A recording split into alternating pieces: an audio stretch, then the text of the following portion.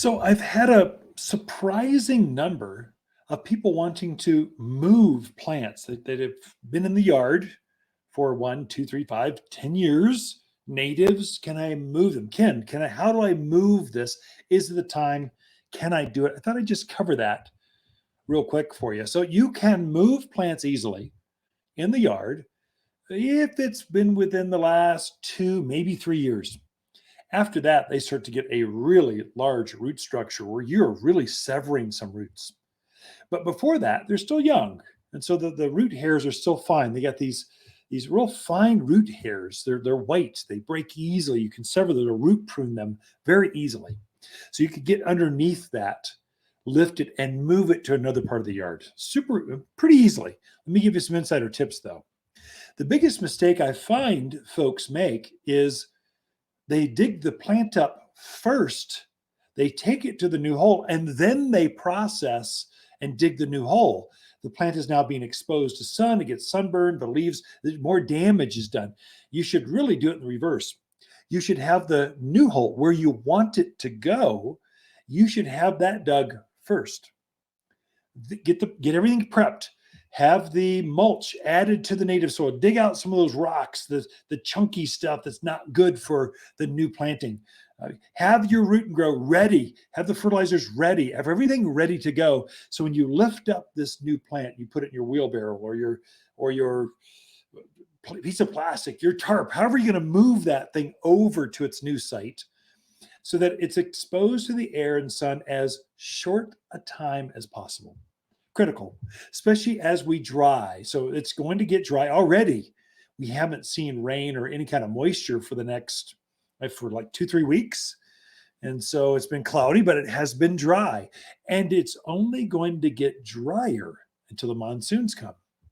So those fine root hairs, they're very tiny, very white. They don't have any bark on them. They're just exposed. And so if you even pull it out for just 15-20 minutes, you can lose more of those roots than you otherwise would have. So dig it up and move it quickly, like feel the angst, feel the rush to get it to its new home. Set it, get it ready.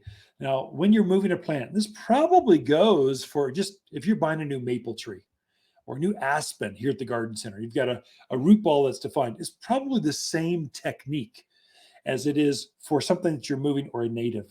First of all, let me get rid of the native myth. Natives don't transplant.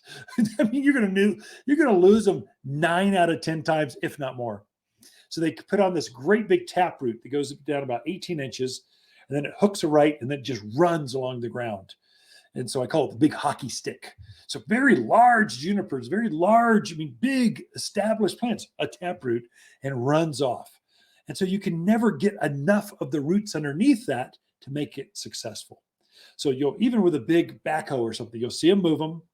And about 9 months later, they're dead to the plant. Maybe 1 in 10 lives. So probably not worth it. If it's over 2 or 3 years in the ground or more than just a whip, a little thing in the yard, probably not worth the energy. Just buy a new one. Don't frustrate yourself. Now, for things you're going to move that can be moved, smaller things, you can get the whole root ball. You can get the whole taproot. Get your hole ready in the new site. It needs to be about the same depth as the root ball, 3 times as wide. If you know the roots are going to go down about 18 inches and hook and just kind of go out just underneath the ground, dig a hole that way. Encourage it. All the soil that you dug out of that hole, you need to get rid of anything that's bigger than a golf ball. So dig that old roots, bricks, rocks. These things heat up in the summer. They're too big. They can't hold water molecules around. They're just they bake the roots more than they help it. Get rid of that stuff.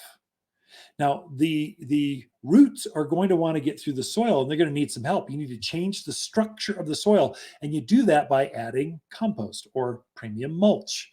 So we make a composted mulch, and you add about 25%, maybe 1 shovel's mulch to 3 parts native soil, 3 shovels, blend that all together. That's what you're going to backfill around your new transplant.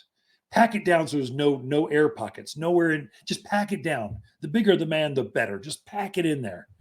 Water in really good. Get it to settle even more. When you're all done with that, sprinkle some all-purpose plant food. It's an organic food that slowly breaks down over the next 3 months. That's what's going to get it to add more roots into the surrounding soil. So sprinkle some of that on. A lot of folks say, well, should I mix it in? Should I put it on top? It doesn't matter. Just get it on there at the recommended rate. Usually it looks salt and peppered when you're all done. You just want some nutrients for that new plant. Now, this tree or shrub or vine, whatever, is going to absolutely lose its mind or its roots. It goes into transplant shock. It's in a new place. It's not happy. It's going to have to settle and get used to it. We make a product called Root and Grow. It's a compost tea. We brew it up. It looks like molasses. You add 3 tablespoons to a gallon of water, and you water it in with this at the very, very end. And that's what's going to get it to settle. It's going to feed it's going to work off the mulch. It's going to encourage those roots to go deeper, get started out into the roots, into the surrounding soil faster, and it's going to get rid of transplant shock. So when you move it, have it ready ahead of time. Have mulch, food, and root and grow. Backfill it, and then care for it. Water it about, a couple times a week. Should take for you right after that. And that's how you transplant a tree in your yard. Be right back.